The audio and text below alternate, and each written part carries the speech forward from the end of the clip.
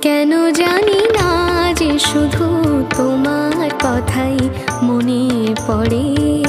কেন জানি না যে শুধু তোমার কথাই মনে পড়ে।